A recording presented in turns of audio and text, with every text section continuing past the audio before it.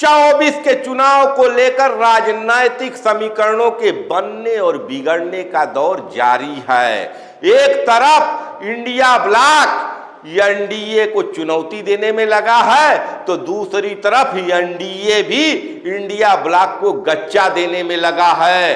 दोनों ही गठबंधन के तरफ से बड़े बड़े बयान दिए जा रहे हैं, बयानों की झड़ी लगी हुई है। और इस चुनाव में सबसे ज्यादा अगर कुछ चर्चा में है तो वो है प्रधानमंत्री नरेंद्र मोदी की खींची हुई लंबी लकीर।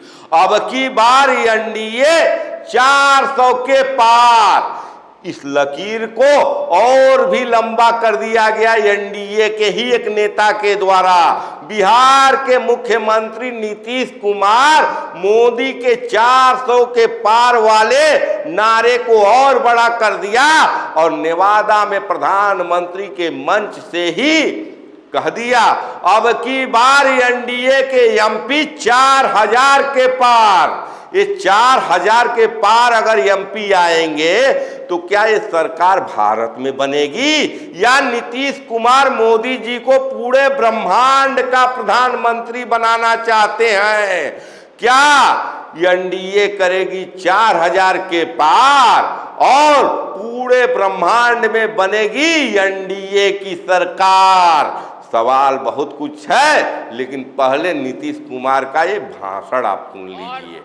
आदरणीय प्रधानमंत्री जी का 10वां साल चल रहा, फिर तो आगे रहने करेंगे, 5 साल में कोई दिक्कत नहीं। और हमको पूरी उम्मीद है कि 4000 से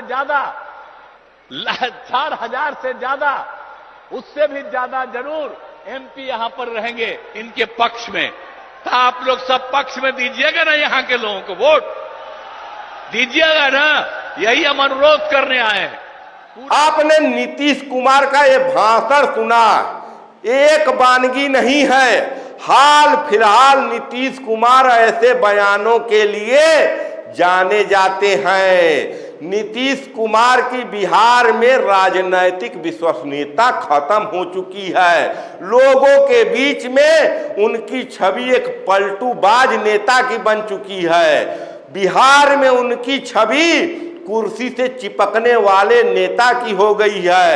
20 साल से बिहार के मुख्यमंत्री पद पर बैठे नीतीश कुमार को पलटू राम का नाम दे दिया गया। उनको बिहार में कुर्सी कुमार के नाम से जाना जाता है। लेकिन अभी हाल ही में बिहार विधानसभा में नीतीश कुमार का एक भाषण और वायरल हुआ था और पक्ष विपक्ष दोनों में खूब चर्चा हुई थी और भाजपा ने तो जमकर घेरा था नीतीश कुमार को।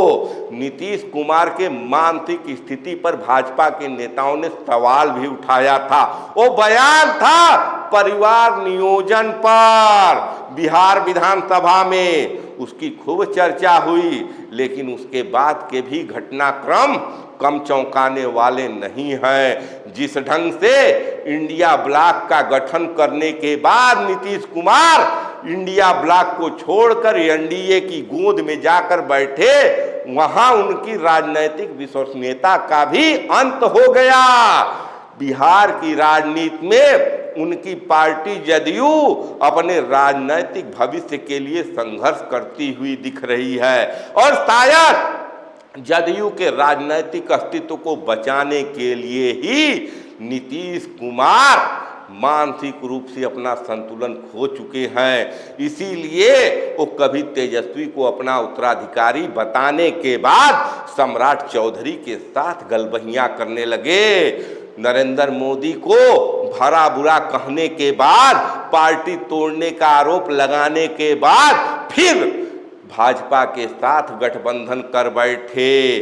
तो नीतीश कुमार की हरकतें जो आज के तारीख में हो रही है वो कहीं से भी उनके स्वस्थ होने का प्रमाण नहीं है।